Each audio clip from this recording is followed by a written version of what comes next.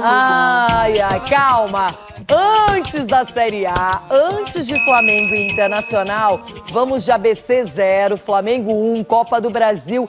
E não é que o Flamengo reclamou da arbitragem com razão? Oxi, sério? Flamengo! A vantagem do primeiro jogo era grande e o Flamengo passou sem sustos pelo ABC em Natal. O time foi formado por reservas e comandado pelo Maurício Souza. Os donos da casa tinham que marcar pelo menos 6 gols para levar a decisão para os pênaltis. Na etapa inicial, o time sequer assustou o rubro-negro. Vitinho ganhou a abraçadeira de capitão e criou a primeira chance. Pedro foi muito participativo. Nessa jogada, quase abriu o placar. Saída errada do goleiro Wellington e Ramon aproveitou para mandar de cabeça para a área. Pedro tentou o toque por cima, mas a bola foi para fora. Felipe! Na sequência, o centroavante deixou o Michael na boa para finalizar. Um toque de primeira, de calcanhar, mas o Wellington pegou. Aliás, o goleiro fez defesas importantes, como nessa cobrança de falta de Vitinho. No lance seguinte, mais uma falta. Vitinho mandou no segundo pau. Léo Pereira disputou com Alisson Cassiano e pediu pênalti pelo puxão na camisa. O árbitro não deu. Depois, o capitão recebeu bom passe de Thiago Maia e chutou para o gol. O Wellington defendeu. No rebote, Mateuzinho arriscou e também parou no goleiro. No segundo tempo, teve polêmica logo aos 2 minutos. Pedro deu uma de garçom para Michael.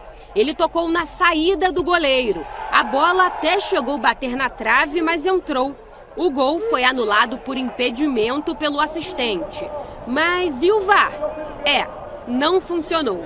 Teve um problema operacional e aí prevaleceu a decisão do campo. A gente lamenta, né? Lamenta que aconteça. É importante que não aconteça. Eu acho que a classificação já estava bem definida, mas de qualquer forma a gente sai prejudicado. O gol valendo só saiu no fim da partida, em jogada que começou com Pedro na insistência. O atacante lançou para Vitinho tocar de cabeça para João Gomes marcar 1-0. O ABC foi em busca do empate de honra com João Marcos. Gabriel Batista defendeu. Mesmo assim, o árbitro tinha marcado impedimento. Ficou nisso, uma vitória sem muito brilho, só que com muito destaque para Pedro e Vitinho. Missão cumprida. Teve um lance ali talvez de pênalti no Léo, o gol do Michael, enfim, mas eu acho que foi um jogo difícil. Né? A equipe adversária veio realmente para vender duro a derrota, né? Fez um jogo muito duro. O Flamengo chegou à 8ª vitória consecutiva, 7 sob o comando do técnico Renato Gaúcho. Tudo bem que ele não estava na beira do campo, mas passou todas as instruções por telefone. Agora, com os titulares bem descansados, o foco é no jogo de domingo no Maracanã contra o Internacional, adversário que Renato conhece bem.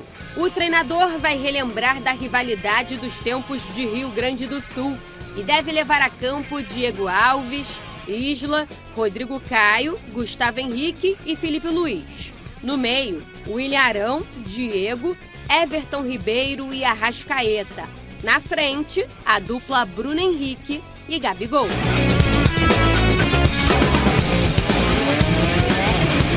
Já o adversário das quartas da Copa do Brasil será definido hoje à tarde por sorteio, na sede da CBF.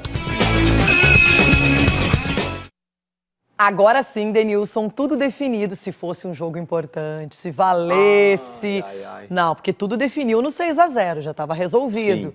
Mas o Flamengo reclamaria até o ano que vem. Só que como era uma partida já meio até amistosa, o ABC queria perder de pouco. E o Flamengo queria já acabar essa história de oitavas de final na Copa do Brasil, né? Então, falando nisso, temos a definição das quartas aqui no telão. São 2 paulistas, 2 cariocas também pra gente mostrar. Aqui de São Paulo, Santos e São Paulo seguem na disputa. O Fluminense e o Flamengo do Rio de Janeiro. Aí temos Grêmio, Fortaleza, Atlético Mineiro e Atlético Paranaense. nível bem bacana da Copa do Brasil. Efetivamente, Denilson, com exceção do Grêmio, que está muito mal no Campeonato Brasileiro, e do São Paulo, mas que está bem na Libertadores, não é? A gente só vê time de Série A, só Série A, não temos nenhuma outra divisão, e equipes bem competitivas. Que loucura, né? Você falou ali, quem olha assim os classificados para as quartas de final, e você imaginar que São Paulo e Grêmio vivendo a situação extremamente constrangedora no Campeonato Brasileiro, a gente não citaria, por exemplo, o Fortaleza, né? Porque o Fortaleza está jogando bom futebol, para quem não tem acompanhado. Não é surpresa estar na colocação que está no Campeonato Brasileiro, pelo futebol que vem jogando, e não seria surpresa avançar. Óbvio que se você pegar todos esses que estão classificados e acompanhando os últimos jogos, o favorito é o Flamengo, porque vem numa batida extremamente positiva, né? Jogando bem, taticamente, tecnicamente, marcando muitos gols. Então, nesse desenho que a gente está mostrando agora dos times classificados, o grande favorito é o Flamengo. Tá, mas tem que lembrar uma coisa que eu acho que é o grande detalhe da Copa do Brasil, é que nós teremos os próximos confrontos também por sorteio. Isso. Então, de repente, por exemplo, mas o Galo tá jogando muito, o Flamengo também. Daqui a pouco no sorteio dá Flamengo e Galo, um exemplo, não é? Então vai depender muito desse sorteio também, se vai favorecer alguém. Eu acho difícil alguém ser favorecido porque o nível agora é bem parecido, mas concordo. Nesse momento, o time que destoa, infelizmente... Infelizmente, como torcedora, momentaneamente, e é o ficaram, Flamengo. E descansaram, não é? né? Viajaram, descansaram. Pois é, aí que tá. Ontem, vendo o ABC, eu pensei, perdeu só de 1-0, não é? Tá tranquilo. Aí lembrei que era time reserva. Aí lembrei que os caras ficaram a semana inteira no Rio de Janeiro, inclusive o Renato Gaúcho, treinando, descansando, se reabilitando. Tudo isso pensando no Internacional. Aí eu lembrei que no final de semana contra o Corinthians, o Gabigol não fez nenhum gol. Nenhum. A hora vai chegar. Guardou a munição, Denilson. Vamos fazer o seguinte, vamos mostrar a preparação do Inter para esse jogo quase impossível diante do Flamengo. Que desespero chamando a... Vamos, Mengão!